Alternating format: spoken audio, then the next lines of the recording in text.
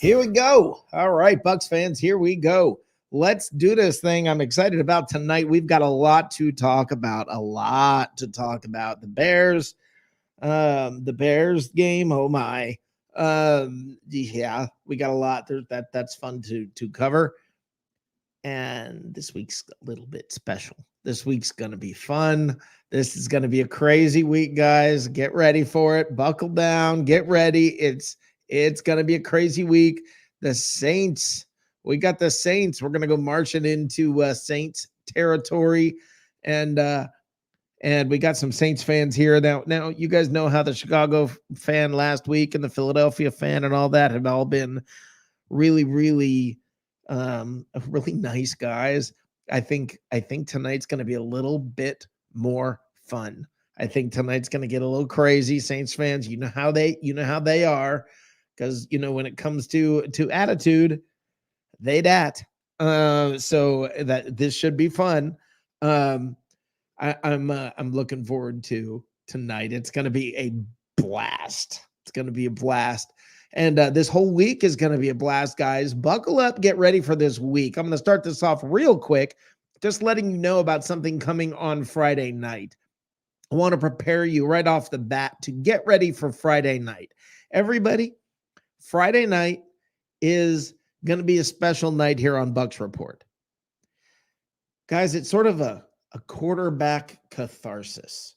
You can let it all out. Let it all out. Do you love Jameis? Let it out. Do you hate Jameis? Let it out. We're going to have a special night. Wall to wall. You get on the quarterback catharsis couch and let it all go. Let it all go. First pass of the game. He throws it out, and it's picked off.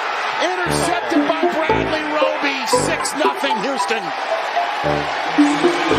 If I'm running a football team, Jameis Winston's not on that football team. You can't throw 30 interceptions. Hey, what? Run the football in. Do something. He threw 5,100 yards. Of course you want him back. Well, no, not of course you want him back. You look at my numbers, I'm balling. There's beast mode and there's bust mode, and Jameis Winston is bust mode. Well, you've seen how good he can be. He's got one thing. He costs you games. There's so much good. You look at there's so much good, and there's so much outright terrible. Reed, and it's another pick six. You better check your sheet. All right, guys, check your sheet. Yep, where's my camera? There we go. It's going to be a fun night on Friday night, but this is going to be fun tonight because there's so much to cover. We got the Bears to cover before we get into that team.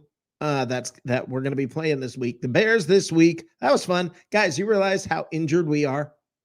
It's like half the team's gone. Half the team's injured. And I'm almost not exaggerating when I say that. It's pretty bad. A lot of injuries. But from what I hear, from what I'm hearing, I guess, perhaps cross your fingers, cross your toes, cross your arms, your legs, whatever you want to cross. Break out your little New Orleans voodoo doll and do whatever you got to do. But I think the Buccaneers may be getting back. There's a good shot they're going to be getting back both Gronk and Levante David. So that's all good news. And if we're 6-1 and we're getting better, that could be scary to anybody who's, now we're starting to click. Everything seems to start to roll. And so, yeah, I think it's going to be a very, very, very fun week. We got all kinds of stuff to talk about. And how Bucs fans are. And we're going to address that. I'm certain we're going to hear about Florida man and Bucs fans from the New Orleans folks that come in here. But we got some we got some New Orleans fans coming in, and they're coming in with a good attitude. They got a great video I'll be playing for you of a little bit of trash talk about Bucs fan, and we're going to have a good time tonight. So we've got from the Saints Network, Bob Rose and Brendan Boylan. They're going to be coming, and we also have John O. Barnes. He is the guy who produced the video, Saints fan who produced this video that we're going to talk about, and we'll get a little insight into what to expect from the Saints. And you and I will talk about that as well. But I don't like talking about this stuff alone all the time. I like to bring in tonight. I'm going to bring in as usual, my partner in crime here on Tuesdays, mostly on Sundays on the post game show. We bring in the one, the only, dazzling David Weinscarver. How you doing, buddy? Oh, I'm just dazzling away over here, Rick. It's Yeah. fun to be a Bucs fan these days. Isn't it, though? I've never felt quite so euphoric. Yeah, it's kind of weird. But yeah, we got a lot to be happy about. Let's talk. Let's just dig into the Bears game. It's hard to complain about anything, isn't it? It was a total wipeout. At no point in time did the Bears showed a little bit of fight, but there wasn't a lot going on. They were dominated on every side of the ball, every facet of the game. The score could have been a lot more if they hadn't called off the dogs in the second half. I mean, it was if you're a Buc fan, you have to be thrilled. You've got all these injuries in your secondary. You're 6-1.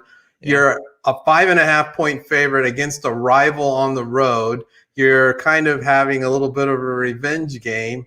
And Jameis Winston gets his own show on Friday. So what more could you want in Bucdom? Yeah, it's a lot of fun.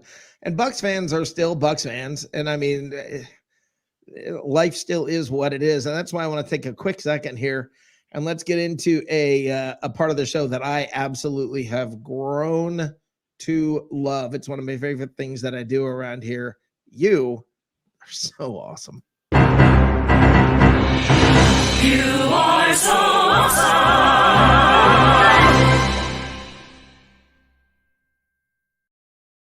First of all, Mike Evans for handing away the number 600 ball touchdown pass, for just handing it up in the stands, looking nice and surprised. Mike Evans, oops, I gave the ball away. Mike Evans, you are so awesome. And I got to say this to every freaking one of you fans who, even though 400 other fans had posted that the Bucs had cut a deal or that Brady was giving a Bitcoin, you guys all continued to post it anyway, as if the entire world hadn't been informed 400 times already that a deal had been cut and blah, blah, blah. You two are so awesome. One of my favorite for this week, you know who's really awesome? Cancel culture. Cancel culture is just really awesome.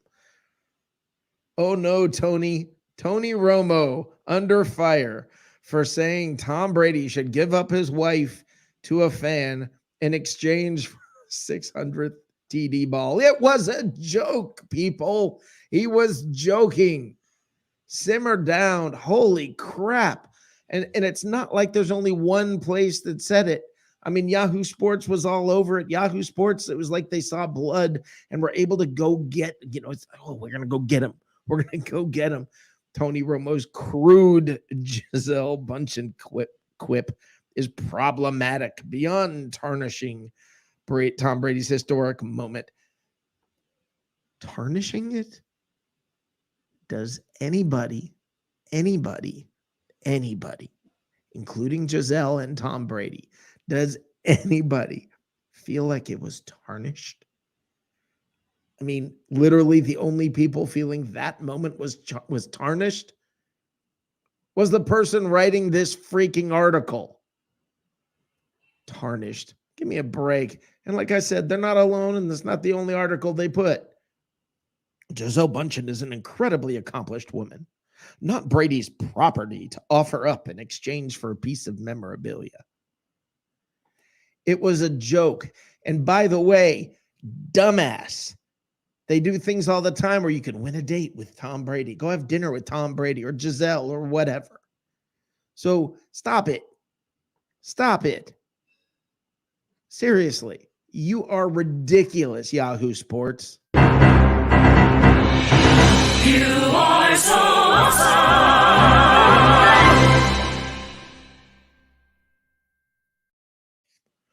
But that doesn't top it all off.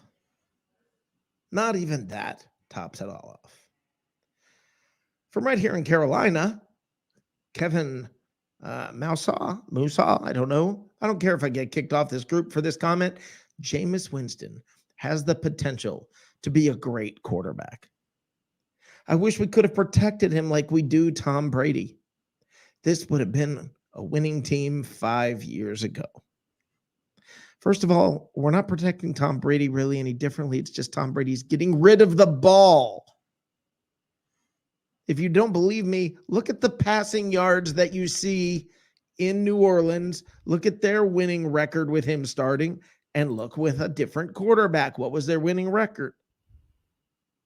When Teddy Bridgewater was there, what was their record? When Taysom Hill was quarterback, what was their record? Jameis's quarterback, what's their record? Now, granted, he's throwing for, a ton of touchdowns and not a lot of interceptions, but he's throwing for like 150 yards a game. I mean, when you throw a little swing pass out to, oh my God, I just lost his name.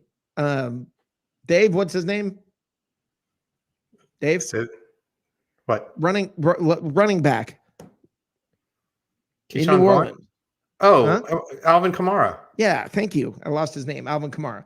Okay, when you're throwing the ball to Alvin Kamara in the backfield and he's running it in for a touchdown, you get credit for a touchdown pass. Jameis, you think you're the best because of it. On his career, Jameis Winston says, I know what I'm worth. And I know day in and day out, without publicly coming in and saying it, that historically, I'm one of the best quarterbacks in the game. He needs to call in on Friday night. He really does. Because Jameis Winston. You are so awesome.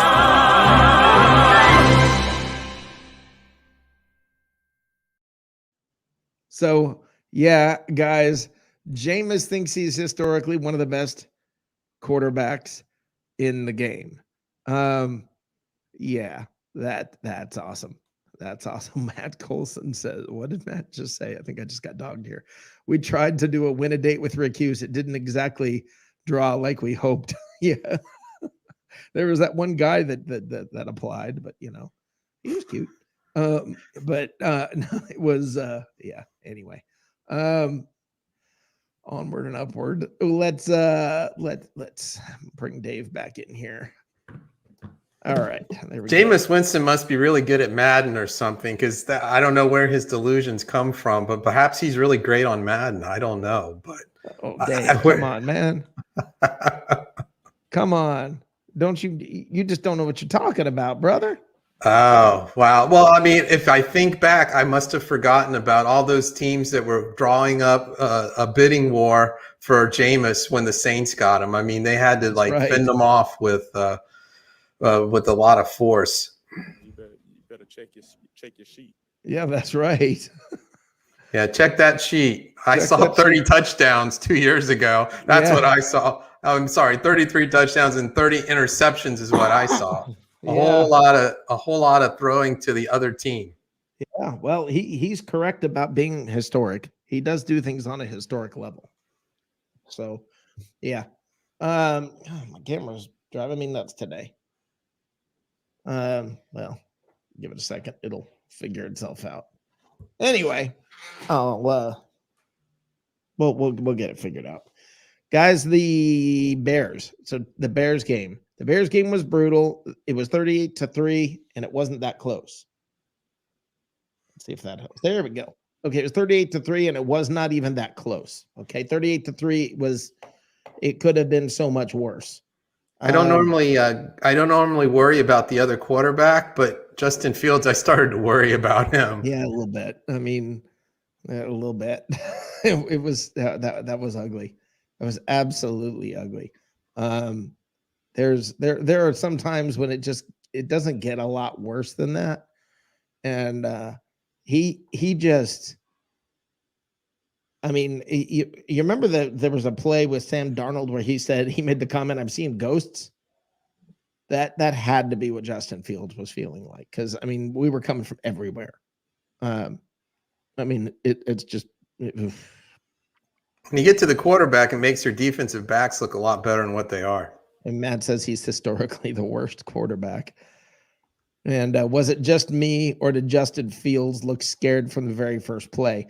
Well, I think they scared him from the very first play. I really think it was that. It was like that. What does Matt say? Suckup can't hit a gimme field goal. That's concerning. One of these days, it could bite us square in the ass. What are you talking about, Matt? What the heck are you talking about? So he missed a field goal, one field goal. A 43-yarder. A 43-yard field goal that didn't matter. He missed field goals last year too, but every time the game's on the line, he comes through. What are you talking about, Matt? Come on, man. What do you expect? The guy's going to never miss a field goal ever? He misses a 43-yard field goal and you're flipping out? Come on, dude.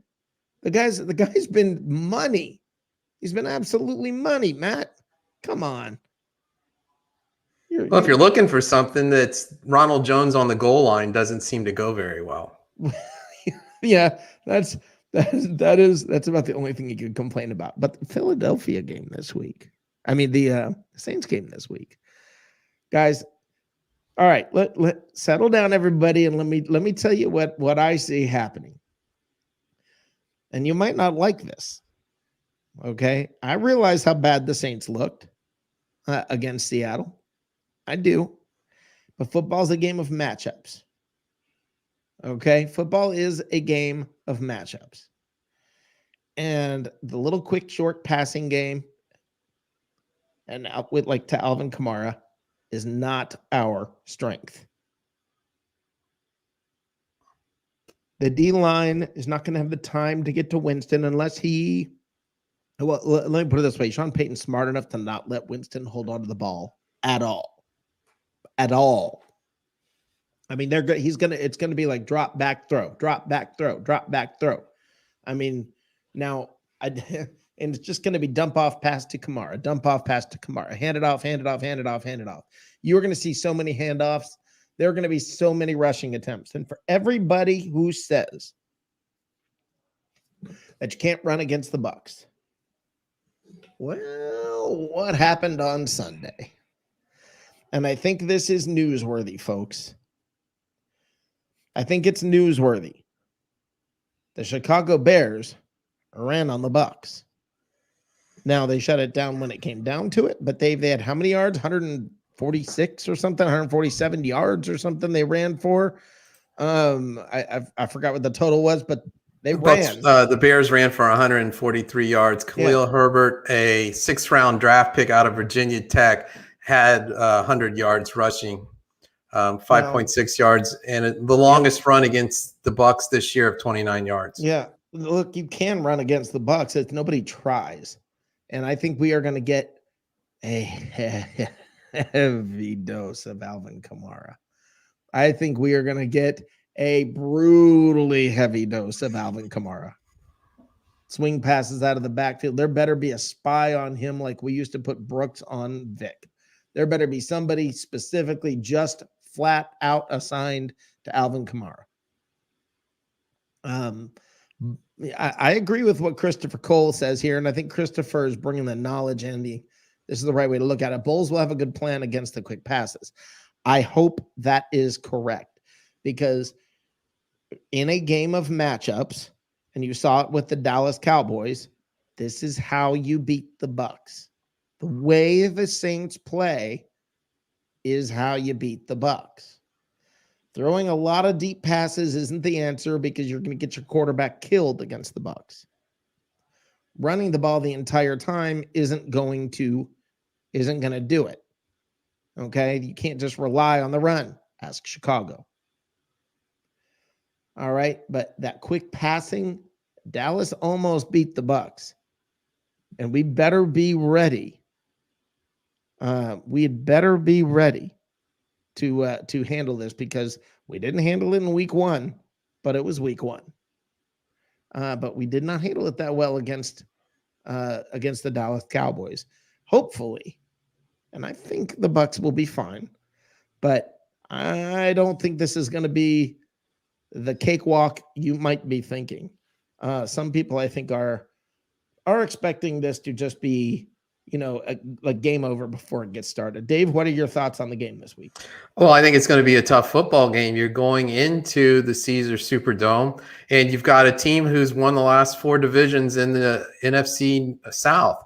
They're not going to give that up easily. They're probably sick and tired of hearing the Bucs, Super Bowl champs 6-1, and they are going to be primed. You're going to get the best that the Saints have to offer on Sunday afternoon.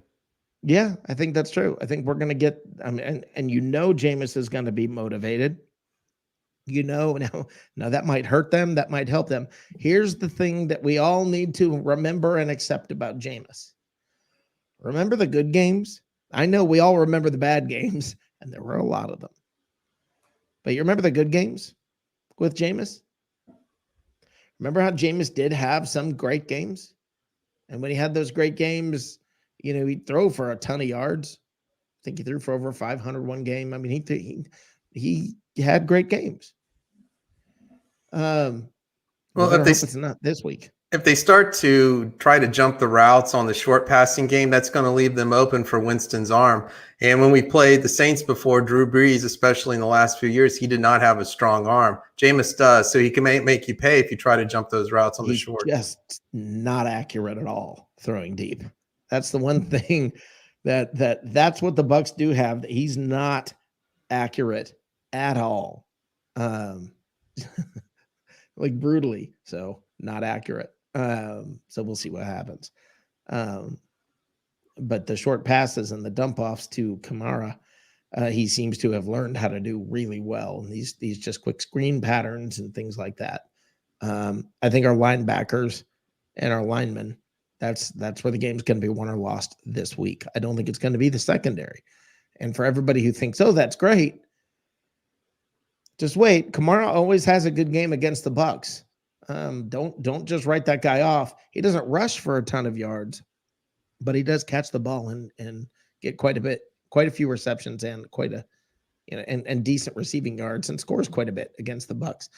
So we will see what happens.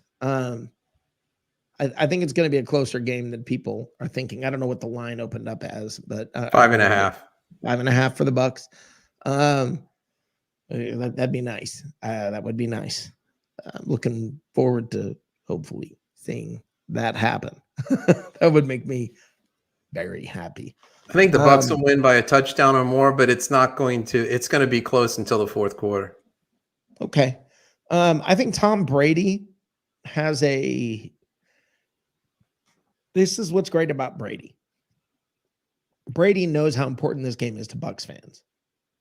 Brady's going to have a chip on his shoulder because Jameis was in Tampa. He won't say it. He won't admit it. He won't say that partly motivates him. He's going to say it's just like another game. It's blah, blah, blah. That's what he's going to say. Jameis will probably say the same thing. But that's all talk. Don't tell me it's like any other game. It's not like any other game. It's absolutely not just another game. And well, Tom Brady's, if you're saying it is. Tom Brady's motivation is they got swept in the regular season by the Saints, and Tom Brady doesn't like that. Yeah. At all. Yeah, agreed. We are going to bring in someone right now, and I believe there may be two of these guys coming in. Looking forward to this. From let's see here, from the Saints News Network, Brandon Boylan. Is that correct, Brandon? Hey, that's me. How you guys doing? How you doing, Brandon? Great. Great to have you, Brandon. Yeah, thanks for having me on, guys. I appreciate it. Yeah, nice to have you here. Tell everybody first of all where they can find you and a little bit about the Saints News Network. Yeah, so the Saints News Network, we're the Saints team channel for SI.com. You can follow us over at SI.com/NFL/Saints. Or if you need something easier, because that's a lot, you can just do Saints.media. Myself, Bob Rose, is going to be hanging out with us tonight as well. We've been covering them with Saints News for a handful of years now, and just grateful for the opportunity over the last now 3 seasons to be covering them for Sports Illustrated. Awesome. Very awesome. That's got to be that's an honor. So all right, so let me ask you this. As a Bucs fan, having followed the Bucs for years, I'm not going to sit here and say going into this game I'm overwhelmingly confident. I'm not. The records may be different, but the Bucs struggle against the Saints. I think the matchup is not good for the Bucs. What is it the Bucs need to fear the most? I think the one thing is what was very evident to the entire world last night on Monday Night Football, and that was just how dangerous and elusive Alvin Kamara is, not just as a running back, not just as a runner, but particularly in the passing game. And thankfully for you Bucs fans listening, you guys have some really quality athletic linebackers that over the past, I'd say 2 seasons, have really kept Kamara in check in terms of yards, but Kamara's got his own in the red zone, finding the end zone a few times. So that would be the one part. And the other good thing for the Bucs is that if you watch last night's game, the Saints have a big hole in the wide receiving corps without Michael Thomas. They're still trying to get healthy. Obviously, the rapport with Jameis Winston is still coming along because a lot of these guys were used to playing with Drew Brees maybe their entire career in New Orleans. You even saw Traquan Smith and Jameis get into it a little bit last night on Monday Night Football. Right. And some of that's just, it's all about the learning curve. And you guys are very familiar with Jameis Winston and the pros that he brings and certainly the cons that he brings as well. But it's going to be a great matchup. And I know there's some Bucs fans holding their breath because they're like, oh, what if Jameis has a career night against his old team that kind of gave up on him and this and that? I know that's got to be in the minds of Bucs fans everywhere. Well, yes. Career night, I don't think so because he's only thrown for like 150 yards, and that's true. No, it's true. Yeah. So I don't know that we're worried about him having a career night. I can tell you as a Bucs fan, and this is being just completely honest. Dear God, give us a pick 6. Please let us have a pick 6. I mean, just one back, just out of all of them that he gave up, just let us have one back. Now I don't expect that, by the way. I think Sean Payton's too smart of a coach to say, here, Jameis, here's the ball, go win it, because it won't end well for the Saints if he does it. Right. Agreed. Agreed. But I mean, Brendan, what do you fear about the Bucs most? Well, I think the first thing I pointed out was just the fact that their linebackers can keep up with Alvin Kamara, and the Saints offense has been certainly one-dimensional and has completely ran through him over the last few weeks. But, the last time these two teams met, at least in the regular season, it wasn't a team that had Antonio Brown, who was introduced and got a chance to really play in this offense. And you've seen Antonio Brown, along with your other targets, really pick up the pace over the last few weeks. I don't know if Antonio is going to play against New Orleans. I know he's been a little bit banged up, but the offense for the Bucs has not missed a step. And I think a lot of people to the outside immediately go, oh, well, it's Tom Brady and Tom Brady this and Tom Brady that. But the Bucs did a great job of putting pieces around Tom Brady. And I know obviously Brady had his hand in that, but there are so many weapons on a Bucs team. I actually said it on my own podcast a few weeks ago, just getting a little ahead of myself and looking forward to the Halloween matchup, is that any good team in the NFL has 3 or 4 guys offensively that can hurt you. And the Bucs have more than 3 or 4. They might have 5 or 6. And though the Saints defense has been leaps and bounds better than any defense Drew Brees had in his tenure in New Orleans, that's still a scary thing because Brady's true? What was that? Is that true? I personally believe so. Now, statistically speaking, he had some teams that got certainly close. But this Saints defense this year is really carrying New Orleans to where you look at the years where Drew was there, and it was especially prime Drew Brees. And there's a lot of I can go on a whole rant on the years that I got to cover this team that get completely forgotten about in 14 and 15 and 16 before the Saints had that marvelous 2017 draft class, because Drew Brees made some of the throws of his life, had some of his best career numbered years, but nobody remembers those. Because the Saints defense was just putrid, bottom of the league year in and year out. But this Saints defense is so good, but this might be the first true test they've had since Green Bay. And obviously you guys know it as well as anybody else. In week 1, you don't know what you have. But we're about to hit week 8, which is just about halfway through the regular season. You know what you have. This is a Tampa team that's got loads of weapons, loads of talent, and a Tom Brady that's playing like he's 25 years old. I mean, Brady's playing like he's my age, not twice my age. So those are the things that would certainly scare me. Well, he's a late bloomer. He's starting to peak now. Yeah. he's finally showing his potential.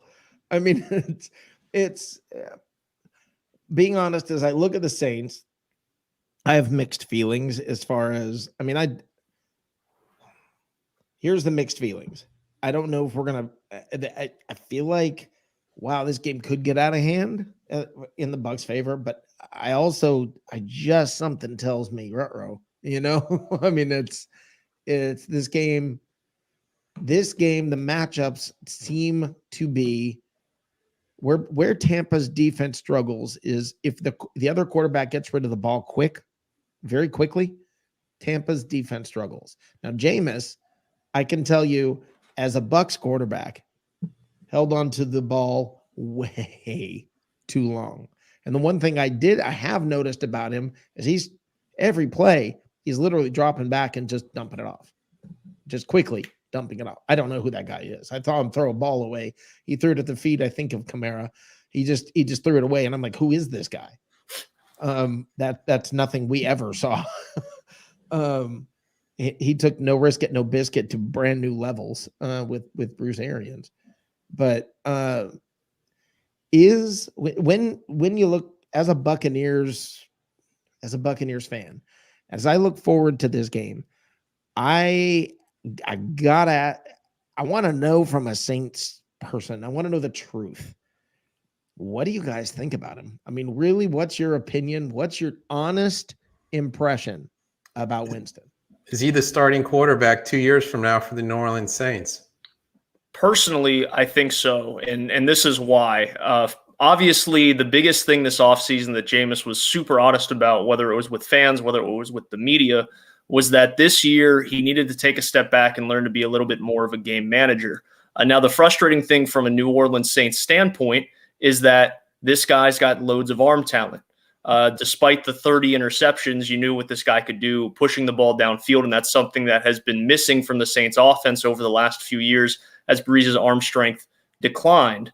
Now, what you have to remember with that, through the first, 7 weeks of the season, New Orleans, up until Seattle, had not had an entire healthy offensive line unit. And now they might be without Andrews Pete for the season, so you might as well throw that whole idea out for the entire year. But Winston never had all 5 starting offensive linemen for more than a quarter. I guess that would have been the point where Eric McCoy got injured in week 1. And the second thing is, through 7 weeks, he hasn't had his number 1 receiver in Michael Thomas, which I know Bucs fans are very quick to remind Saints fans that he got completely shut out in the playoffs last year. But this is a guy that was the 2019 Offensive Player of the Year and set record after record, at least in the early goings of his NFL career. And until last week, Traquan Smith, who was expected to be the number 2 receiver, at least compete with Marquez Callaway for that spot, hadn't been active. So it's been really hard to judge Jameis Winston because I still feel like there's training wheels on Jameis Winston. And that's not necessarily Jameis's fault. It's more the fact that the Saints haven't had a whole unit to put around him. And you even go just a step further. We talked about how great Alvin Kamara is. Well, the Saints lost Tony Jones Jr. As well, who was supposed to be that Latavius Murray, Mark Ingram role to allow Kamara to be used a little bit more as a chess piece, to where now you're seeing Kamara set career highs week after week after week in carries. So Jameis hasn't had the full offensive arsenal. I think the training wheels are still there. Sean Payton's been extremely honest in saying that, hey, listen, I had the same guy for 15 years, and we got to the point where it was like twin telepathy. Having a new guy is going to take some time, but I think everything I've heard from inside that building is that they like Jameis. They were high on Jameis. I think a lot of us expected him to run away with the starting job, so the fact that Taysom competed in the offseason may have been a little bit of a concern. But I do think that Jameis has done enough to prove that he's worthy of a contract. I don't know about the contract extension that him and his agent think he's going to get, because I heard some crazy It'll be a numbers lot. this offseason. He thinks highly of himself. I can tell you that. but I think he's done enough to where the Saints and him will certainly enter some contract negotiations at the end of the summer if it continues at this pace. If not, if you start seeing a little bit more of that 30 interception Jameis Winston from 2019, that's a different story. But for now, to be, I think, 13-3 in terms of touchdown to interception ratio, the Saints have the best, or at least going into this past week, had the best red zone efficiency of any team in the league. I think those are the positives that you look for from Jameis. Well, okay. Let me say this, having watched him for 5 years. Look, I've heard, you said, Jameis came in saying, I got to cut down on the interceptions, and I can queue up a string of press conferences where every game he came out of it saying, yeah, I just got to cut down on the mistakes. I've just got to, but I'm balling. Right. But I'm balling. Right. That's For year after year after year, game after game after game. That's what we heard. You look at my numbers, I'm balling. I mean, that was over and over and over. We heard this stuff. And I just got to cut down on the interceptions. I just got to cut down on the interception. Well, so when you tell me, oh yeah, fumbles lost. Yeah, coming out of the offseason, Jameis said he's got to cut down on that stuff. Sorry, every Bucs fan's going to roll their eyes on that.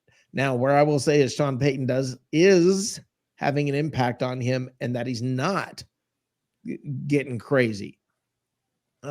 He still throws them up from time to time. I still see every once in a while where he's throwing up a pass and you're going, it's a flashback. Yeah, what was that? And a couple of them turned into touchdowns for you guys, and it was nothing other than either it was luck crossed with great receiving, and we recognize that because we were there. Okay, so some of those 30 touchdowns he threw with the Bucs were just like those touchdowns that you saw where he was just throwing up a prayer, and Mike Evans, who's taller than everybody else, happened to come down with it, or things like that.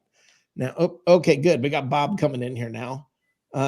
We will be adding your partner in crime here to the show right now. Let's add Bob Rose, and now we are here. There we My go. guy. Let's draw Bob sides. Rose. Let's draw sides here.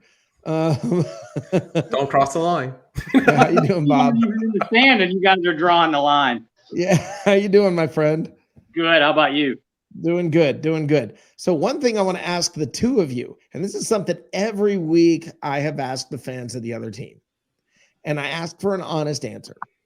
Look, there are teams, the Dallas Cowboys, let's say, the Patriots for many years, the Eagles. There are hateable teams that are just, everybody hates them. I mean, they just really are hateable.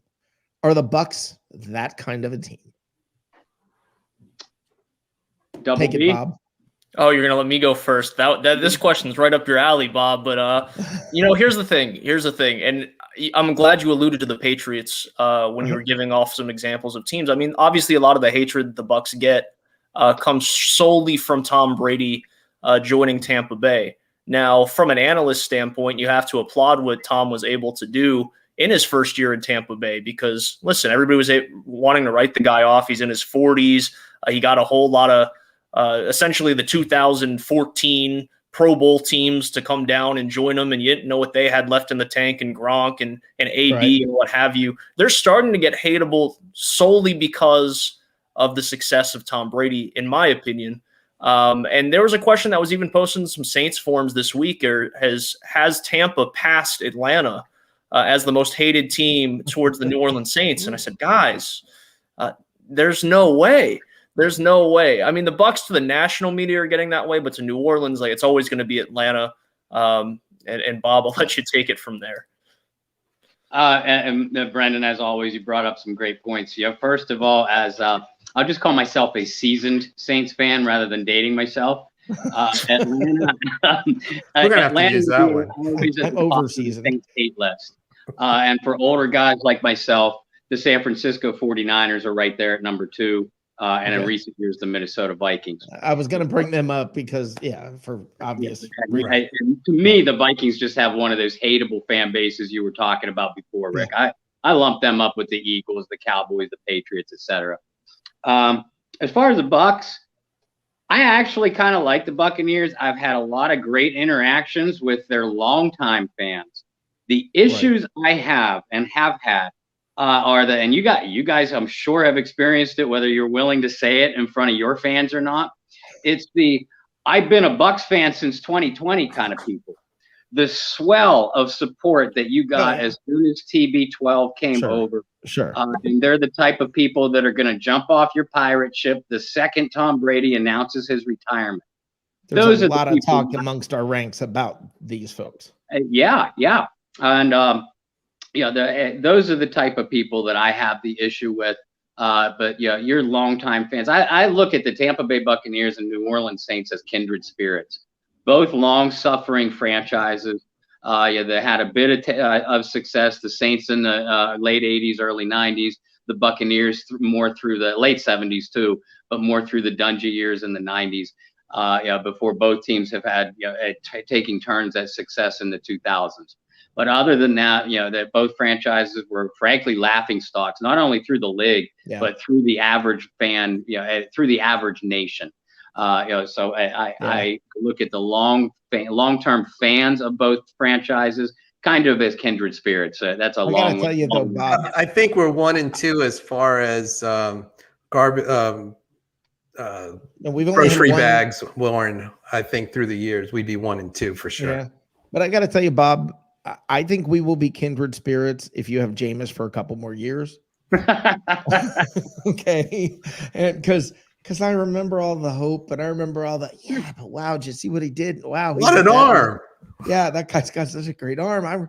I remember all of that. If he just quits throwing the ball away in another team. I remember all of it. And we went and during his first year, he didn't throw as many picks.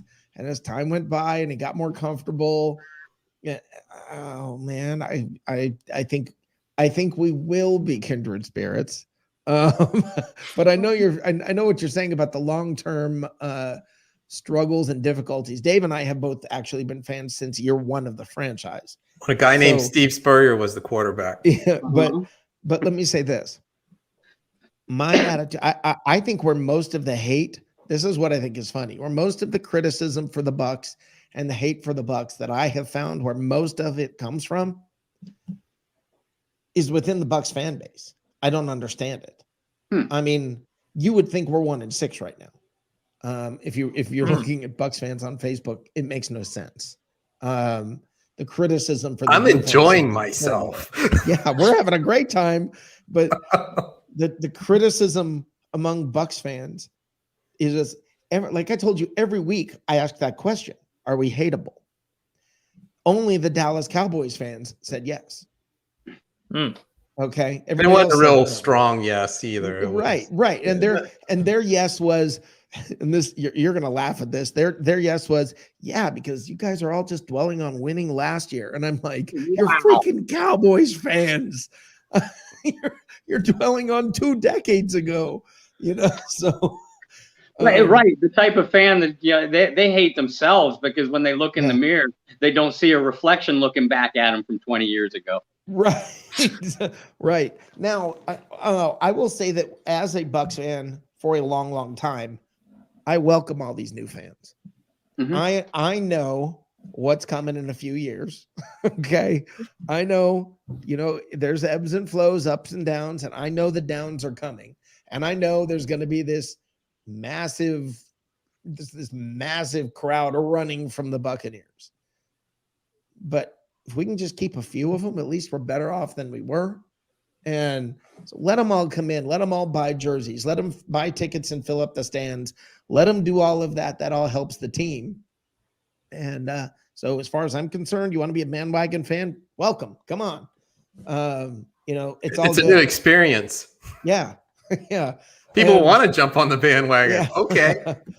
And we experienced that as Saints fans in 2009, during the Super Bowl year. A lot of those fans have stayed because the team has had, even if they didn't have success, and they didn't through the middle part of last decade, they were still entertaining to watch. Right. But now, we're seeing those fans, that generation, nothing personal, Brendan, because it's not you, but it's your age group. It says I so sound like the old guy that says get off of my lawn. Yeah, right now. But it is those fans that are getting extremely restless because Jameis isn't Drew Brees and he isn't throwing for 400 yards a game. And the Saints have to be the type of team that wins a 13-10 game, against Seattle in the rain. And the bandwagon, the fan support was nice for a while, but it's precisely those type of fans that are now getting on my nerves because you guys talk about that a certain faction of your fan base talking like you're 1-6. You'd think that we were the 76, 77 Buccaneers. The way some of our fans were reacting. Right now, I mean, we call it Bucs traumatic stress disorder, where we've been bad for so long that something's got to be wrong. It's got to be bad. It's going to be bad. Yeah, I'm ready for it. He's going to miss the kick. I think it's like a defense mechanism where you say the bad stuff just so that when something bad happens, I told you. I saw it coming. We're like abused kids. I mean, that's the truth. It's like, we're flinching all the time, no matter what happens. And it's a fact. Last year during the Super Bowl, when there were 2 minutes left and we were up 31-9, I was, trying to figure out how are we going to lose this. I mean, we won the first Super Bowl and blew out the Raiders. I'm sitting there like, it's not enough. Yeah, we got to get more points. And that's how I felt last year. But I mean, I will say this: Saints fans, you guys are diehard fans. Now, I live in Charlotte right now. Okay, I lived in Atlanta, so I'm like doing the NFC South. Apparently, I'm living in the NFC South. But New Orleans so is next. I'll probably be your neighbor someday soon. But I mean. The one thing I noticed in Atlanta, whenever there was a Saints game there, man, y'all brought it. The Saints fans came in force. They do. And you guys don't come. You don't come quietly. You don't come lightly. You make them mark. And I will say that part's great. And I mean, what is it that the Bucs need to? What do you think, Bob? What do the Bucs need to be worried about? For Sunday's game, first and foremost, you got to protect your quarterback. If you're Tampa Bay, that's where the Buccaneers struggled against the Saints last year, especially in the 2 regular season meetings. I know Tampa Bay beat New Orleans in the playoffs, and they earned the victory, but they did not earn it offensively. They won that game because of turnovers and fabulous defensive performance. So if you're Bruce Arians, you got to realize. Your receiving core is deeper than any other in the league, and I'm counting the tight ends when I say that. But you're also going up against the best secondary. So that part of the game is going to have its ebbs and flows. You got to protect your quarterback, and you got to somehow establish balance. Even if it's not through running the ball, it's those checkdowns that Tom Brady became so famous with, in New England, and that's what he had success with in the playoff game too. Get the ball out to Leonard Fournette, run a couple of tight end screens. That kind of thing. You keep the pressure off Tom Brady, and defensively, you have to stop Alvin Kamara from rushing the ball. He's going to get his receptions, but you have to stop him from running the ball and get your former favorite son, Jameis Winston, put the pressure on him to beat you with his right arm. I mean, that's the recipe for victory, if you're the Tampa Bay Buccaneers. It's very simple. Okay, awesome. You guys, that's all well and good. That's the recipe. Yeah, make Jameis throw. As I said to Brandon before you got here, Bob, I have one thing that I want to happen. Please let us have 1 pick six. Just one. Just one pick six. You can have one back. That's okay. But we want one. I just want one. Okay. I mean, more than anything, it's just, and let me tell you what I think the Saints do to the Buccaneers year after year after year. I think that your secondary is phenomenal at getting in, for instance, Mike Evans' head. Oh, yeah. Okay. You live there. And it's I don't know how you do it. I don't know the way that they do it, but your secondary knows how to get in our players' heads. Cam Jordan, Marshawn Lattimore. It's like, I mean, I hate those guys. Okay. I hate those guys because of what they do to the Bucs. And it's something that I've seen for years. And I don't even know. It's like, I saw it happening this week where they were trying to get into a guy, I lost his name, the receiver from Seattle, and he didn't have that many. I mean, he had an 84-yard touchdown right off the DK, top. Yeah, DK, but he had he really was a non-factor for a good chunk of the game, and it's because your guys, I don't know if they're just immensely talented at getting in the other guy's head. What do they do? Is that how it is week after week after week, or is it just the Bucs? No, it's pretty close to that way week after week. These guys are a physical bunch.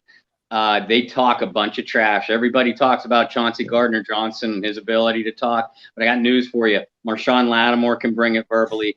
Malcolm Jenkins can bring it verbally. And Paulson Adebo, the young rookie, he's learning real quick, to fall in line. Marcus Williams is kind of the quiet guy of the group, but he also might have the best range of any free safety in the NFL. He can't tackle his way. Couldn't tackle his way out of a wet paper bag. But he has the anticipation. He can track down a play. But as far as otherwise, Dennis Allen wants his group to play physically. He wants them to play right on the fringe of the rules there. So they will respond in kind. Seattle thought they were going to bring it physically yesterday. A lot of the Saints defenders even alluded to this after the game. Seattle was talking a lot of trash after the whistle and, shoving players after the whistle. But once Demario Davis and Cam, the leaders of that group, got the younger guys calmed down a little bit, then they brought their beef between the whistles where you're supposed to.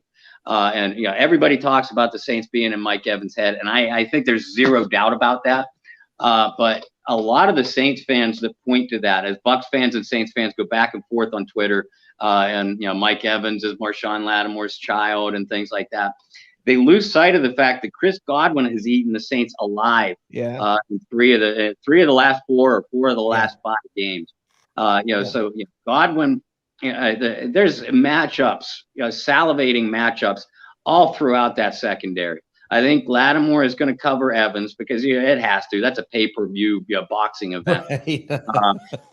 Gardner-Johnson is probably going to be on AB because that's where they had Chauncey lined up in the regular season meeting at Tampa last year. Yeah, I'm not sure AB's playing. And I was going to ask you about that. Yeah.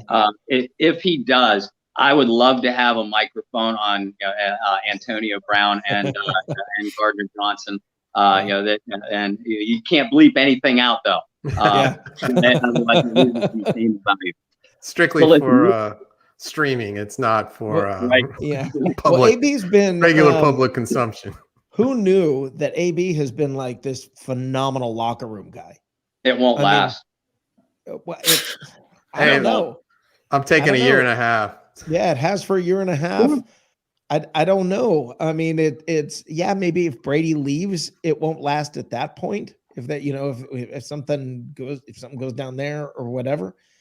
But all the players are like, what's up with this? This guy is great. He's great in the locker room. He's a great leader. He's helping with coaching. He's helping with, I don't know what it is. I don't get it. I don't get it.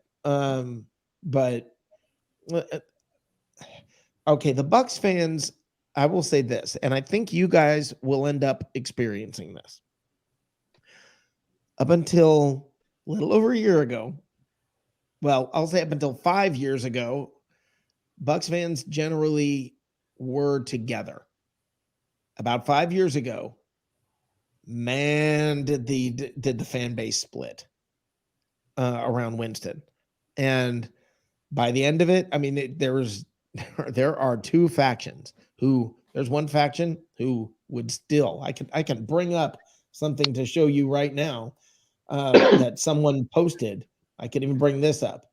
I don't care if I get kicked out of this group for this comment. Jameis Winston has the potential to be a great quarterback. I wish we could have protected him like we do Tom Brady. Now, the thing is this. Tom Brady gets rid of the football. Yeah. Accurately. Jameis didn't get rid of the football. Well, he gets rid of the football before he gets hit. Jameis just held on to it way too long. So the one thing I will say to you guys is just be ready, because the problem is not with his arm. The problem is not, you will see spectacular out of him. Just be ready, because he'll throw 4 great passes and then put one up that you're going, what in the heck was that? First play of overtime, throw a pick 6. Mm-hmm. I mean, Sean Payton, the one thing I will say, and by the way, I hate Sean Payton. Having said that, that's a darn good coach who I think knows how to get in the Buccaneers' head. And that's what scares me about this week. We're still going to kick your butt. I have a question for both of you. That Traquan Smith, Jameis Winston, was that just a spat, or is there anything deeper going on in the locker room? I mean, what Jameis said was that it was just them communicating and making sure they were on the same page. I know what he said, but I mean, what's really going on? At the end of the day, I think at the end of the day, there's definitely frustration because the Saints receivers have just not performed this year. Even the darling of the preseason, Marquez Callaway, who was the highest rated player of any offensive player by Pro Football Focus in the preseason, was supposed to be a fantasy football darling, which was something I even wrote about for Saints News Network. He has been, outside of a touchdown or two, both of them were just prayers. And we talked about that before Bob came in, just Jameis chucking it up there and hoping for the absolute best.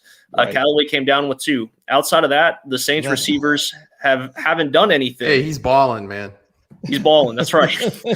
But in the situation with Traquan last night, that was his first game back from injury. And there were about 2 plays, and I know Bob will back me up because I know Traquan Smith is definitely his guy. But Traquan looked like one of 2 things happened. He just completely gave up on the route, or he did not know what route to run. And that can be extremely frustrating when you go and you finally get your number 2 receiver back. And honestly, without looking at the box score at the top of my head, I don't know if he even recorded a reception last night. Yeah, he did later in the game. I think he did. For New Orleans. So that just shows that the receivers have done Jameis no favors to this point. And if anything, it's actually nice to see Jameis kind of get a little emotional about it. Hold on, Brendan. Do you know how many? This is the argument among Bucs fans, okay? It was always, they ran the wrong route. They ran the wrong route. Well, these same receivers never seem to be running the wrong route now. Okay, something happened where the receivers are all of a sudden running the right route. Same coaching, same everything. So I hear you, and I promise you 3-4 years from now, you're going to be telling me all about all these times the receivers are doing him no favors.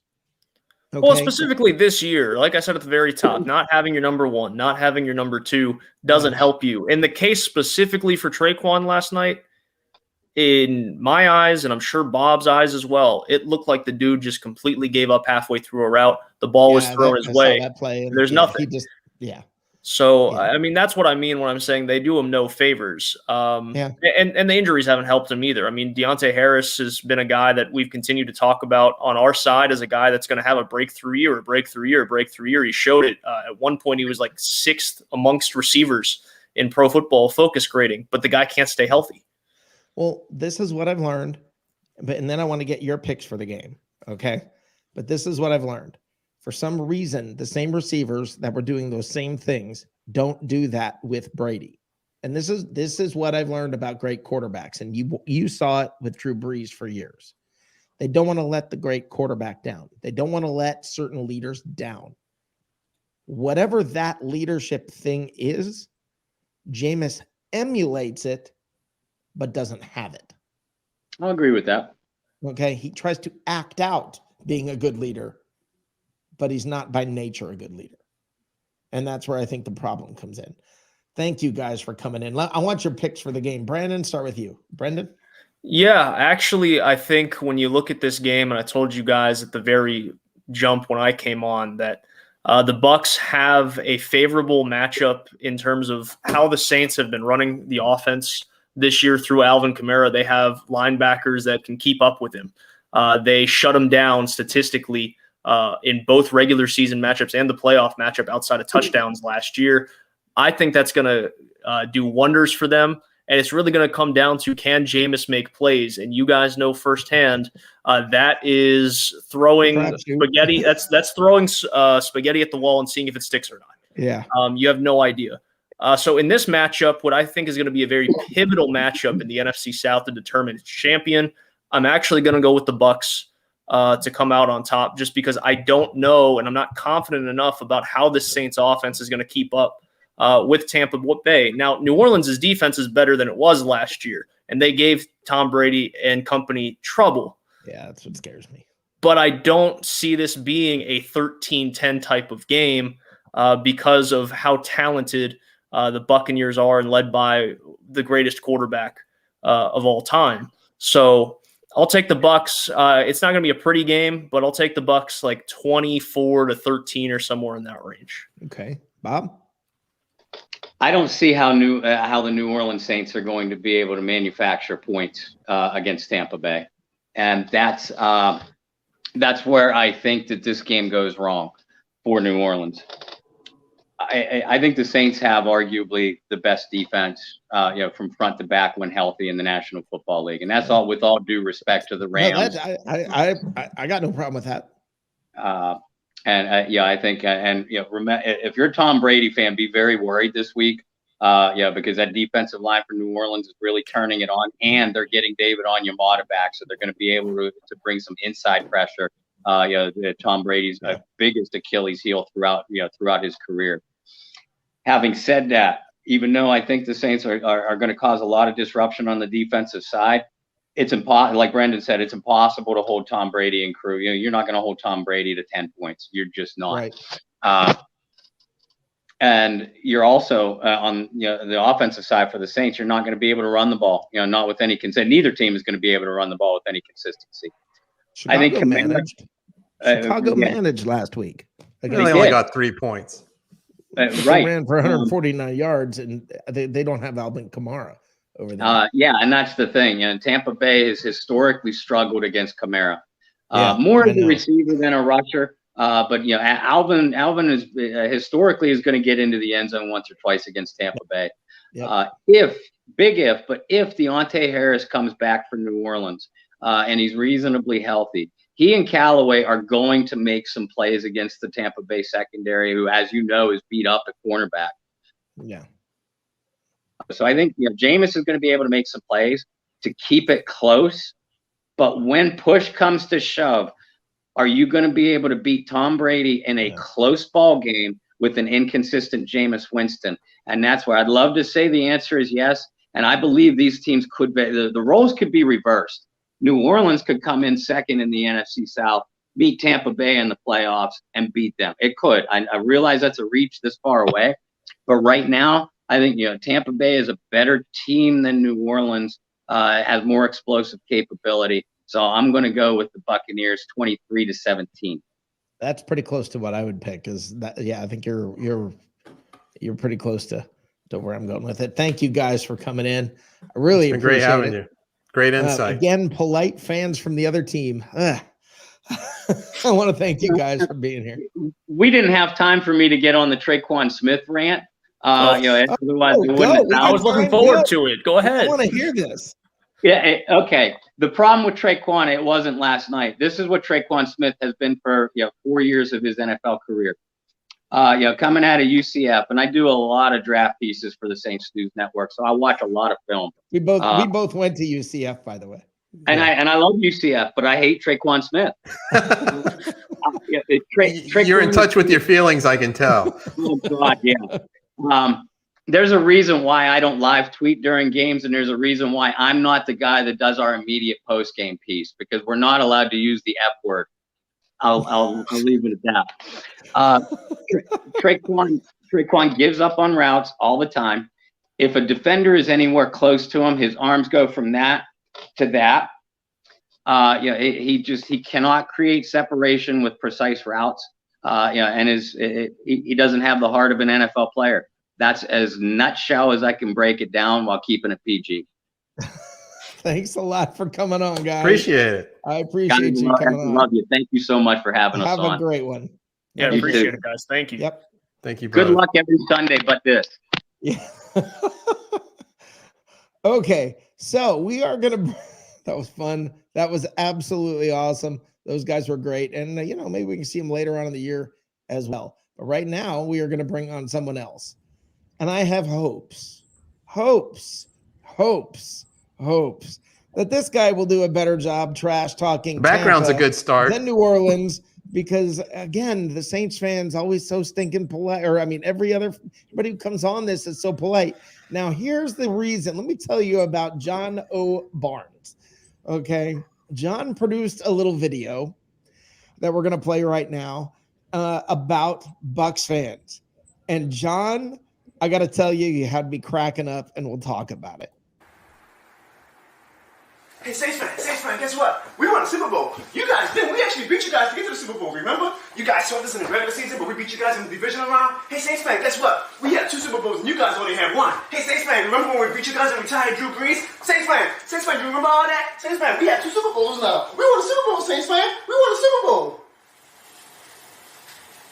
Hey, Saints fan, how many Super Bowls do you guys have? We have 2. You guys have 1, right? But as long as that means that we're a better franchise than you guys. And remember, we actually beat you guys to get to that Super Bowl? Remember? You swept us, but we beat you guys in the playoffs, so that means we're better than you guys. And we won the Super Bowl that year. Saints fan, remember that? Do you remember that, Saints fan? We retired Drew Brees, Saints fan, remember? We won the Super Bowl that year. We won the Super Bowl that year by beating you guys, remember?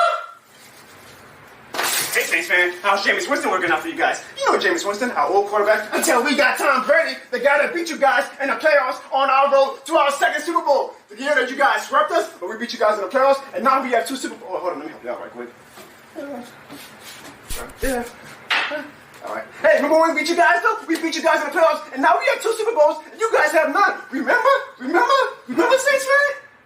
We won the Super Bowl, and we beat you guys to get to the Super Bowl, so you guys should really be mad at.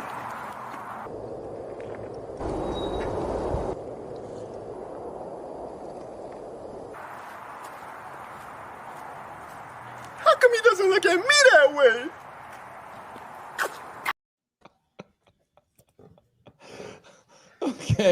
Okay. So to preface all of this, let me say that was awesome. Well done. Bravo. I don't get it, though. I don't get it. Rick, look, that deserves more than that was awesome. That deserves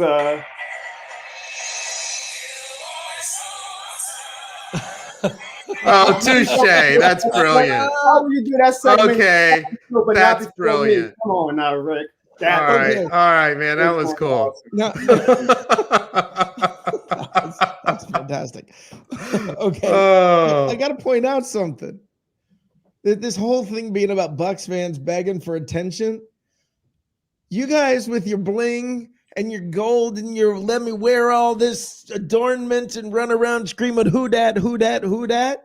You guys have been screaming for attention for decades. No. You see, that is what we call it. I know you guys don't have this in Tampa, but it's called culture. Okay, you might learn it one day. Come to New Orleans and you'll learn what an actual culture is. Not the culture you guys have, which is, hey, maybe we'll get lucky and a Hall of Fame quarterback will get mad at this coach and say, I'm going to go to another team and help them out. No, what we have is a genuine, authentic culture. So when we're saying who that, it's not to grab everybody's attention. It's to let it be known that it's not to grab everyone's attention. It is not. It is a declarative statement saying that who that, we that. It's something that you got to think about. I know Tampa fans, you guys need a little time to actually. It's a Nolans thing you wouldn't understand. Is that what you're telling us? Absolutely. See, you're learning quick.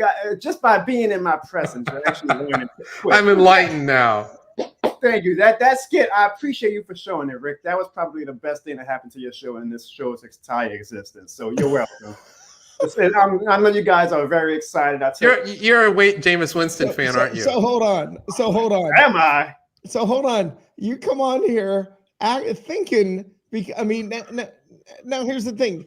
I love the way you do this. It's like, let's crack a joke about all of the things that the Buccaneers do well, so that they can't bring them up. We did win the Super Bowl last year. We did knock your team out of the playoffs last year, sent your quarterback home forever. We do sweep our streets and hose them down at night. They don't smell like urine. We do actually have a team that's winning now. Come on, man. Well, last time I checked, 4-2 is actually winning now. You know, that's actually the difference between the Saints and the Bucs. That's cute. 4-2. That's cute. You should be proud. That's cute. The last 20 half hour with the great team at the Saints News Network, basically, and I caught you guys. You were trying to be slick, but you guys were like, "Oh, you guys really sucks." What you were trying to say, but you were trying to say it in polite terms. You ain't got to do that. I don't think y'all suck.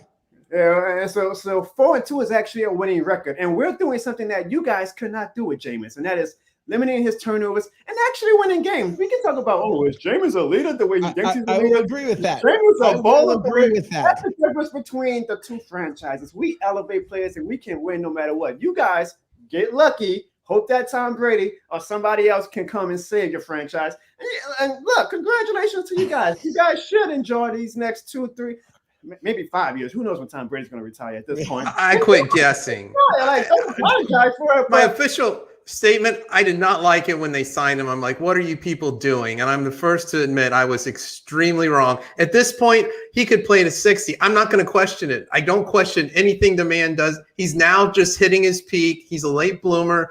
I question nothing that he claims that he can do. You should probably pray that he plays to his 60s, because whatever else you guys have after him is not going to be as good, because we know how you guys are. Well, no, it's not going to be as good as Tom friggin' Brady.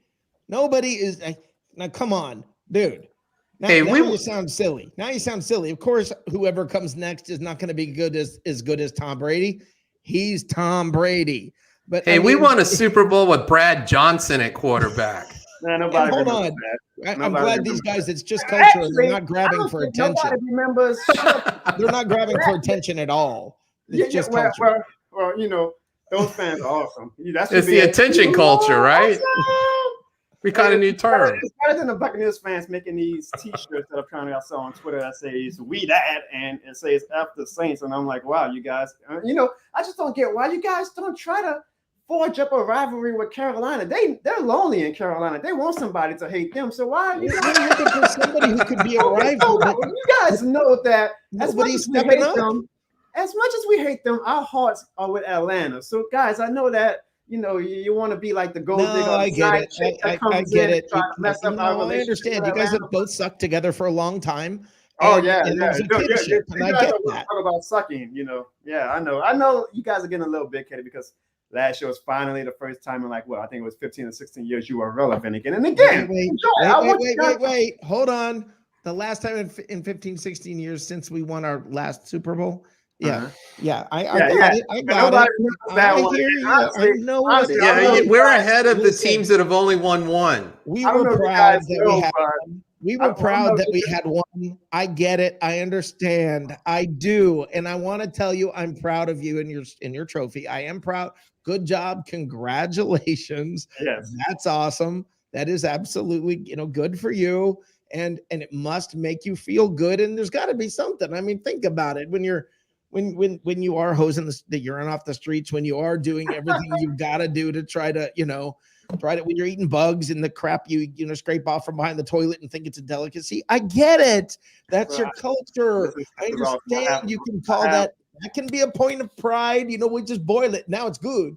I hear you. Florida men telling me about New Orleans Street. The Florida man. Then I have 2 Florida men. So I'll consider the source when you guys talk about the downfalls of the city of New Orleans. Definitely. Yeah, I do like beignets though. Beignets are awesome. Beignets are awesome. You can't even say it right, Dave. It's beignet. I don't know if you guys noticed, but last year doesn't even count. It was Big Nets. That's convenient. That's so convenient. Last year doesn't count. Okay. So for that's fine. That means for the rest. Let's look at this year's. No, hold on. But for the rest of this entire interview, you can't talk about your division championship last year or your 2 wins during the regular season. No, because if we want to take away the 2020 season, then we still have 2 NFC South championships right after that. So and that must make you so proud because that's kind of your peak. I got it. That's kind of your peak. Well, excuse me and excuse the New Orleans Saints fan base for getting hosed in the 2019 NFC Championship game. What can we do? The NFL wanted the Rams in the Super Bowl, so they deliberately did not. Somebody else's fault. I hear you. Of all time, So excuse us for that. So what can we do about it? When you have the referees, what the Rams. Pains me to say. This pains me to say. I want to hit a pain. Let me hear it. Y'all got ripped off. Okay. You should have been in that Super Bowl. Stop trying to make me like you, Rick. I don't want to like you. You should have been in that Super Bowl. I hear you. It was obvious. But having said that, go back. Now you got to admit they changed an entire rule, the Alvin Harper rule, I believe it was, or whoever it was who was diving to make a reception, caught the ball. The Bucs were playing the Rams in the NFC Championship game. They called it incomplete. And they changed the entire rule because of that. So having said that, now you got to give the Bucs that one. So if you want to blame it on the refs, blame it on the refs. Come on. That's a throwback. That's definitely a throwback. I think I was in middle school when that game happened, but I do know you probably were, and that's okay. I understand there's a lack of knowledge. I don't think and age is your reason, but that's okay. I don't think that one was as egregious as the no call in 2019, but I do see your point. Oh my gosh. Yeah, of course you don't think that. But then again, but you think Saints fans aren't grabbing for attention. Rick, Rick, this is proving my point. I hate the Rams. This is what you guys want. You guys want me to hate you guys. I don't hate you guys. I'm not fond of you guys, but I don't hate you guys. To hate you guys. No, why would you straighten out where we are the Saints hierarchy? That was one. Then maybe the Rams. We wouldn't even put Carolina number 2. We'll probably put the Rams after what happened in 2019. The Cowboys are probably ranked higher than the Panthers. Yeah, the Vikings for sure. The Vikings and then the Panthers, and then you guys all the way at the bottom. Well, you actually, that's answering one of my questions because I ask everybody that question. I ask, are the Bucs a hateable team? I'll answer that one seriously. Okay. I would say I actually admire the greatness of Tom Brady. So Saints glasses off. I do not think you guys are a hateable team.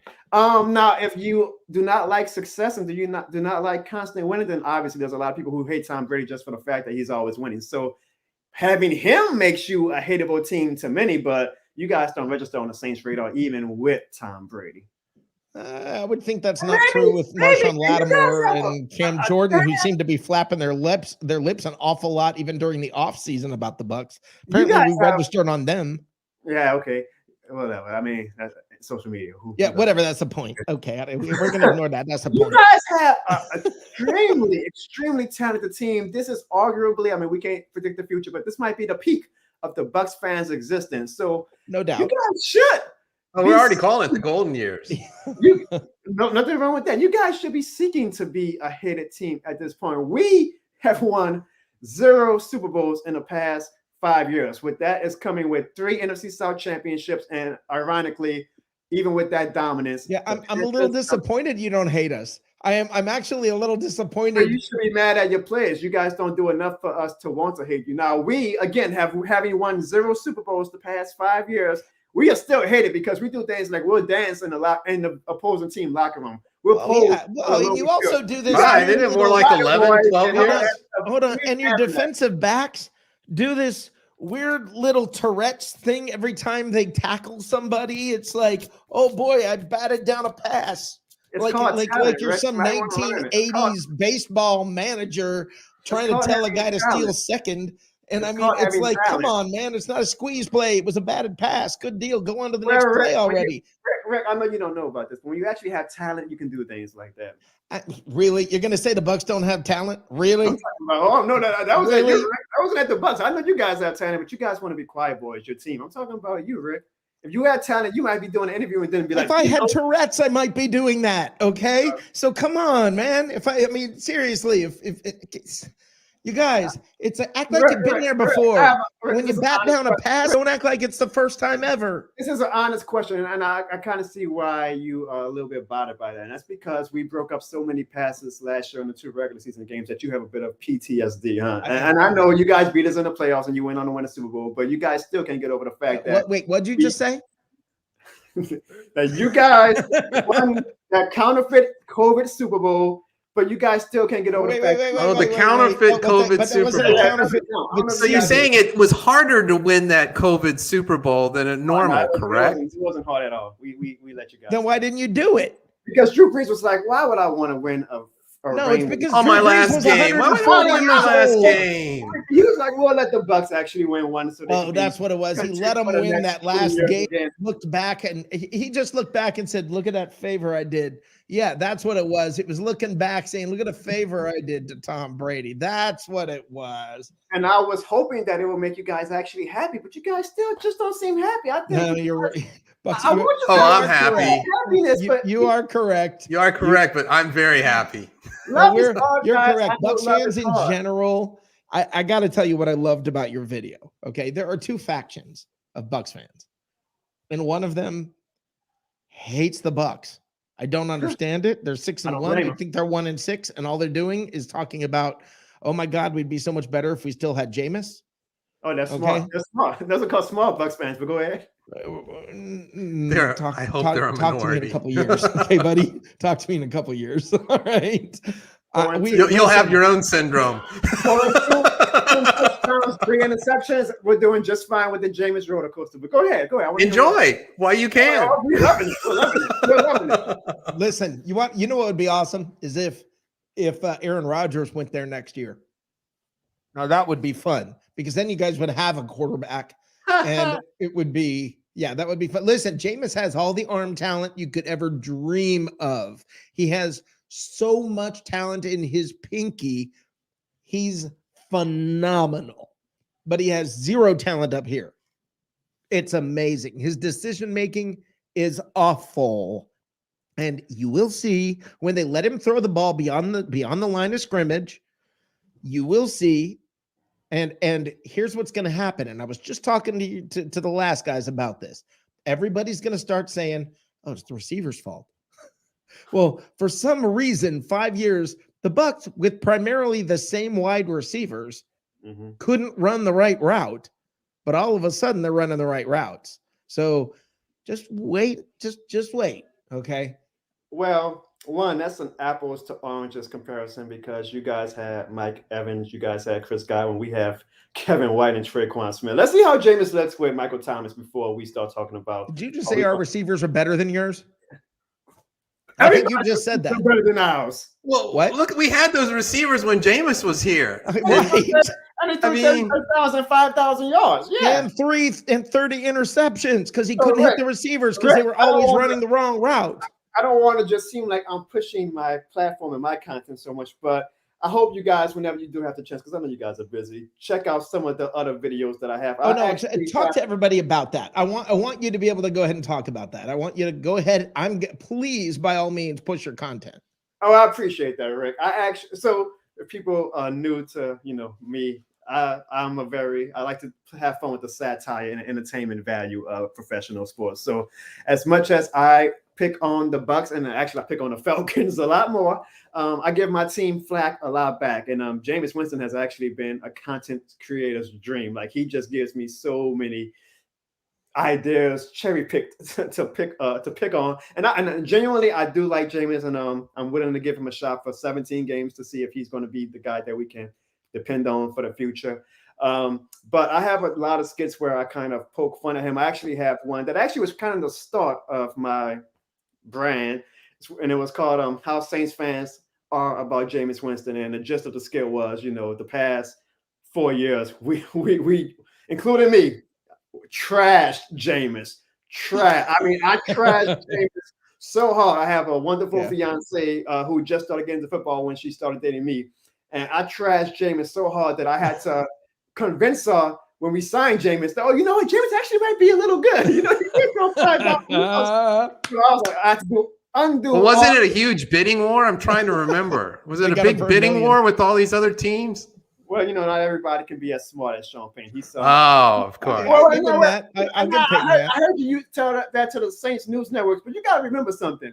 There was also not a bidding war for Drew Brees in 2006. It was us and the Dolphins. So sometimes it's not about well taken. War. It's about, you know, what a coach can get out of a player. And honestly, Sean Payne could probably make me a competent quarterback. Well, were you guys in the bidding war for? Were you guys in the bidding war for Brady?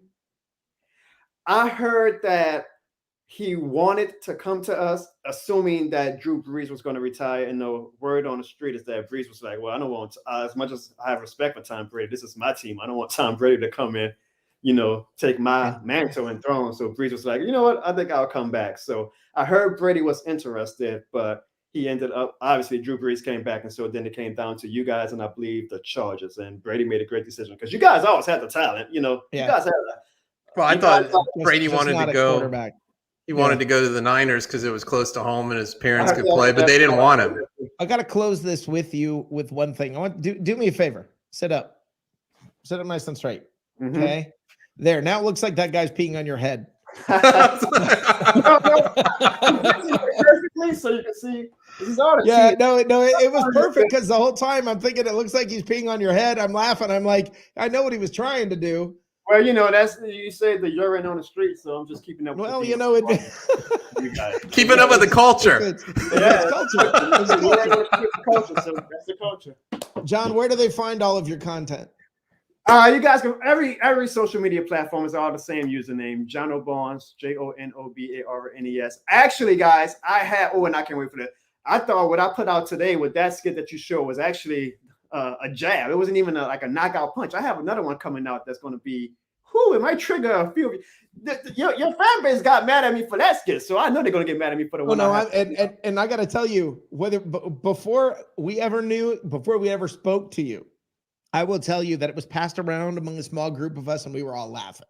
Okay, we all thought it was hilarious, well done, and there's an accuracy to it, and I got you.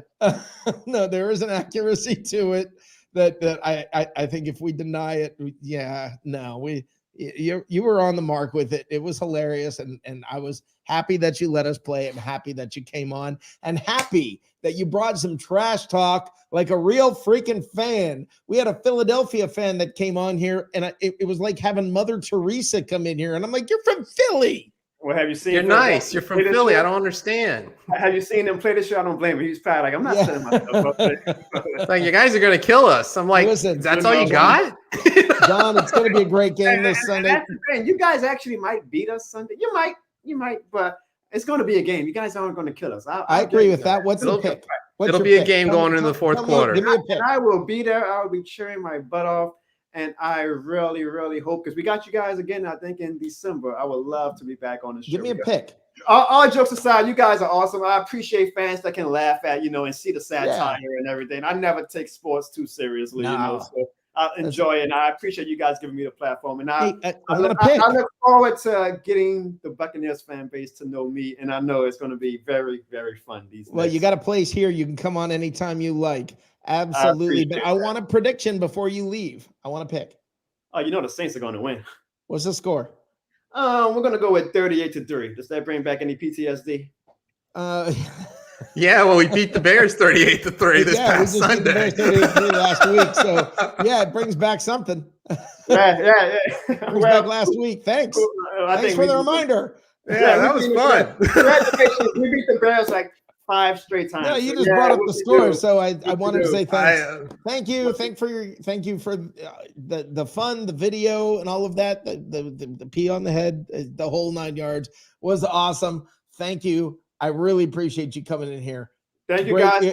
Seriously, a lot of fun. I'll say this: good luck Sunday. But after we beat you guys, I'll make sure I'll grab one of the Bucs fans who stupidly travels to the game to watch his team lose. I'll take his jersey off, and I'll pee on the street on his jersey. Since we have a lot of urine in the street, I'll do that for you guys, and I'll send it to you. Just lay it Keeping the down and it's culture the going. same thing.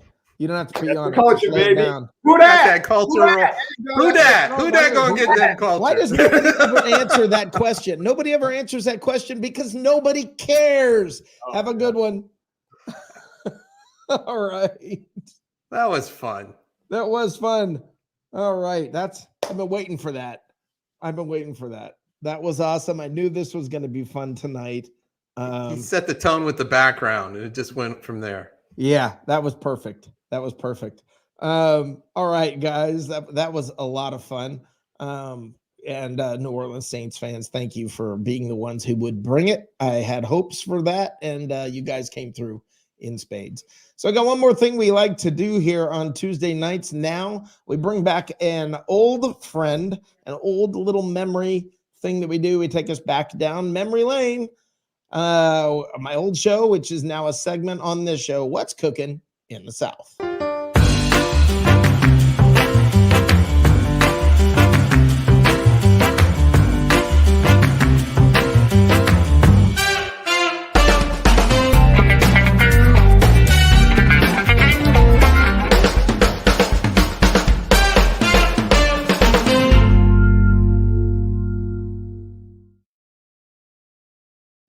All right, and What's Cooking in the South? We talk food, football, and fun. And I want to say, first of all, let's talk football. All right, football in the South. The Saints won. They lucked out and got a win. They're 2 games behind the Bucs in the NFC South, but they did eke out a win on Monday night against a depleted, decimated, horrifyingly bad Seattle Seahawks team who couldn't kick field goals, couldn't throw a pass, couldn't do anything. And when you have somebody who cannot kick a field goal, cannot throw a pass, cannot do anything, and you still only win by 3, that's not a good sign. So that's the Saints. The Carolina Panthers put a fork in them. They're done. Okay, they put some tape down. People figured it out. They looked good right at the beginning, surprisingly. But yeah, okay. Reality has set in. Sam Darnold looked like he was with the Jets. Back when he was with the Jets. Yeah. The Atlanta Falcons have won 3 out of their last 4 games, I believe. And they look better, but they're really not. They're doing nothing impressive. They are still. Look, they're going to come in 3rd in the division. I think the division's going to shake out as Bucs, Saints, Falcons, Panthers. That's just a guess. Who knows how the rest of this year is going to play out? You never can tell with injuries and such. But that's what it's looking like. Well, it took a last second field goal for the Falcons to beat the 1-6 Dolphins in Miami. So Now not terribly impressive. Food. Now let's talk food. Okay, last week I did Shake Shack, which is my favorite burger place ever. And I was speaking with somebody at work and told them about Shake Shack, and they said, "Oh man, you've got to try this burger joint, which is all over. It's all over California. It's all over Arizona, Nevada, Idaho. It's just all over out west, all over the place out there. It's also Utah. It's also in the east. It's in Pennsylvania, Maryland, Massachusetts, Virginia, and the Charlotte area. I know that. And first time I'd ever been there. It's also in South Florida and all over South Florida. There is a burger joint called Habit Burger Grill, and I got to tell you, I'm glad I went. Okay, everybody, today on What's Cooking in the South, we are reviewing Habit Burger. Habit Burger Grill. It's actually a chain that's all over California, all over the West in general. It's in Nevada, Idaho, Arizona, all over there. It's also in the East Coast. It's in Pennsylvania, Massachusetts, Maryland, Virginia, here in Charlotte area, etc. So, first thing I want to say about this burger is it's huge. It's huge. That's not disappointing at all. To get a burger like that, that is not disappointing at all. I wish I could give you some sort of perspective, but Five Guys, eat your heart out. That's what a burger looks like. The fries look excellent, and I even got a couple of chicken nuggets just to try them. So let's see. Let's start off with the fries. They look good. They're nice and crispy and everything. Let's see. Okay. Fries are good. They're not best ever by any means, but they're good. They're like a Wendy's upgrade. And the burgers come with grilled onions on them. This is called a double char. Let's give it a taste and see.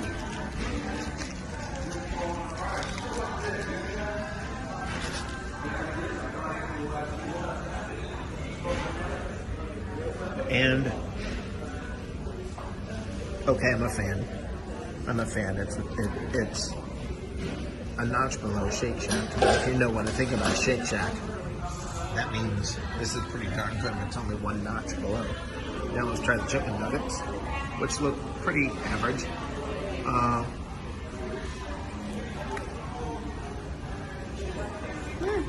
They're good. They're peppery, and I like that. All right. So, to Habit Burger Grill. Holy crap. You're my number 2. Okay, so I'm back in my car. I just finished eating at Habit Burger and Grill, and I want to say one more thing about them. Now that I've finished the whole thing.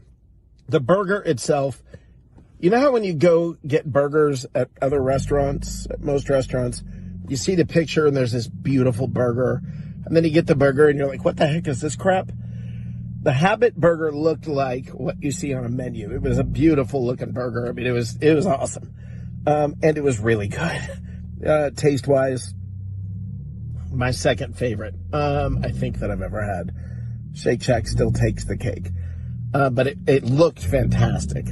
The chicken nuggets were better than I thought because there was a lot of chicken and the breading was good. The fries, the more I ate the fries, the more I was like, meh, on the fries. They were just okay. But it's definitely, listen, everything that Five Guys pretends that it is, Habit Burger Grill really is. Great burgers, made fresh. Nothing but props from me. It could be a new habit. All right. So there you go. Habit Burger Grill. And they are in Florida. They're in a lot of different places. Props to them. I want to give them some credit for, I mean, they really were good. And this week, one of the things I want to check out, I may go to more than one place, but I want to check out, apparently Wendy's has new fries that they're ranting and raving about on their commercials. So we're going to do what we do here. And next Tuesday, we are going to review the new Wendy's fries and see, what our thoughts are about that. We'll go forward with that. But anyway, guys, we'll see. We will see. Dave, got anything you want to say to finish up? Well, the way I think the game's going to go with the Saints, I think Bucs 27, Saints 17. It's close going into the fourth quarter, but Tom Brady plays like Tom Brady and Jameis Winston plays like Jameis Winston in a big pressure situation, and the Bucs pull away at the end. Yeah. All right. I think that's probably good. I think it'll be very, very close because for some reason the Bucs just struggle with Alvin Kamara. Yeah, he doesn't put up a ton of rushing yards. Peyton shortens the game. Sean Payton shortens the game, keeps it close. Alvin Kamara he always does decent receiving yards and getting touchdowns off of these short receptions. And that's a weakness that I think the Bucs have. So we'll see how that plays out. I think the game's going to be close. I do think the Bucs win. And I'll say something along the lines of 24-20. I think that it could end up somewhere right around there. So anyway, guys, want to thank y'all for being here. As always, fun night. A whole lot of fun. We had lots of goodies, lots of fun little stuff. And to the Saints News Network and to John O. Barnes, thank you guys for coming and being a part of the show. You guys were all awesome. You guys were fantastic. And when I say you were awesome, I don't mean it sarcastically. So what kind of awesome are we I don't referring mean to? it sarcastically. I mean, you actually were awesome. And for John Barnes to actually have the recording of "You Are So Awesome," that was props. special. Yeah, you brought it. You did not. That was good. You did not disappoint. All right, so Friday night, I'm going to remind you guys, Friday night is a big, big, big night here. All of you, I know it's a sensitive subject. Everybody gets mad when we bring up his name, Jameis Winston. Everybody gets mad and says, stop talking about him. He's not part of the Bucs anymore. Well, we're playing against him this week, so we're going to talk about him. And the thing is this, all of you with all of your repressed Winston memories, all of your repressed feelings, all of your denial, all of that stuff you got coming, all of it, we're going to give you the chance. Let it all out, guys. Friday night, let it all out. Just get rid of it. Get it off your chest. Say it, let it out. It's time. It's the quarterback catharsis couch. Come here Friday night for the Jameis Winston therapy session. Okay, we're gonna have a great night. It's Jameis Winston therapy night right here. And we're here to help. Yeah, I will be here tomorrow. Dave, thank you for being here. It's been a pleasure. This was fun. This was a great show. Yeah, this was a good time. Tomorrow night I will be here with Andrew Faubert as we're going to have a good time on Against the Spread, where we're going to talk about all the spread from all the different games. Bring on some experts who will help us break down the games and give you some if you're so inclined, we're going to get you some betting information. And guys, I will see you then. But this is going to be a fun week. Get ready for it. It's Jameis Winston week. He's coming. We're going to have to deal with that dude. It's going to be interesting. Please, dear God, give us one pick six. Have a great night, everybody. Have a great night. Be here tomorrow night for Against the Spread, and be here Friday night for the Jameis Winston therapy night. First pass of the game. He throws it out, and it's picked off. Intercepted by Bradley Roby. 6-0 Houston. If I'm running a football team, Jameis Winston's not on that football team. You can't throw 30 interceptions. Hey, what? Run the football in. Do something. He threw 5,100 yards. Of course you want him back. Well, no, not of course you want him back. You look at my numbers, I'm balling. There's beast mode and there's bust mode, and Jameis Winston is bust mode. Well, you've seen how good he can be. He's got one thing. He costs you games. There's so much good. You look at there's so much good, and there's so much outright terrible. Reed, and it's another pick six. You better check your sheet. Go Bucs. Go Bucs. Go Bucs.